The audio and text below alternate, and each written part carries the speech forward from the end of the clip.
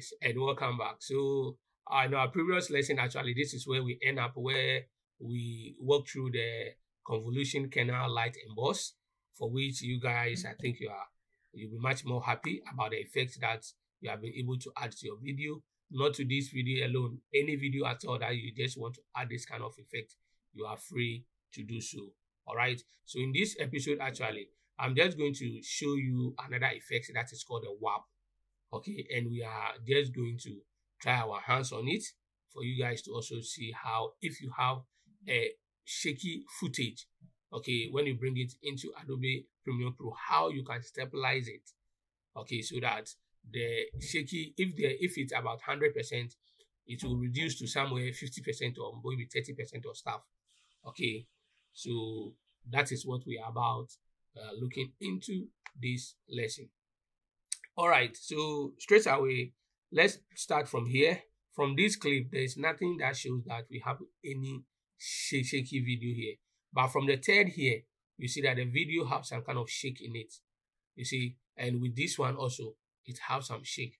Why these two videos have some shake? Because the camera was just handled, okay, and the one taking the shot actually is just following.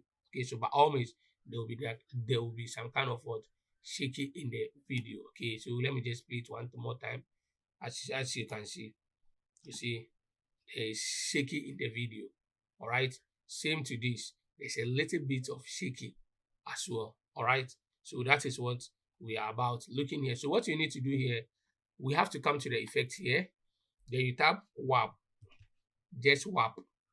So the warp actually is under the distort, okay, and you see that we have the warp stabilizer.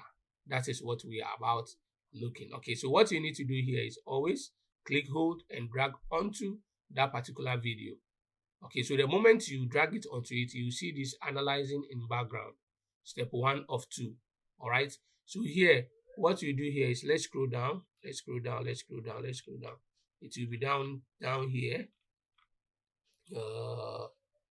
Okay, let's come. Okay, so stabilize, you see that, so you can see that it's what rendering 70%, which is rendering almost about 100 frames per second. Okay, so you see it's reading. So the moment it's done, you will see that it will change from blue to this yellow there. Then you see the stabilizing.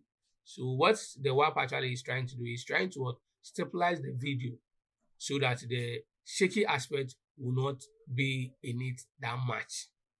Okay, so that is the work of this warp stabilizer. All right, so now let's wait for it to finish. Actually, also it's much more important. The web stabilizer actually stabilize the video really quick based on your specification. If you are having a very high specification, it's going to run very fast. But if your system is not that higher much, it's just going to take a little bit time. So all what you need to do is be patient. All right, if your system actually falls below the specification. All right, okay, so now let's hit on play and see whether we'll have this shaky aspect in it. Okay, so let's just go back. The video is lacking. Why? Because we haven't rendered it. Okay, actually that's how it actually happens at times. Okay, so when we hit on play, you see, so don't worry, let's just render it. So what I'll do here is I'll just click on it, then I'll go to sequence, then I'll go render into out. All right, so with the render into out, we just allow it to do its own rendering. All right, okay, so you can tell that the rendering actually is taking a little bit of time. So as you can see, it's rendering 100 frames, and it's going to take us about 5 minutes. So what I'll do here is I'll just meet you guys at the other side when it's done rendering. Okay, so that this lesson actually won't be that lengthy. Okay, guys.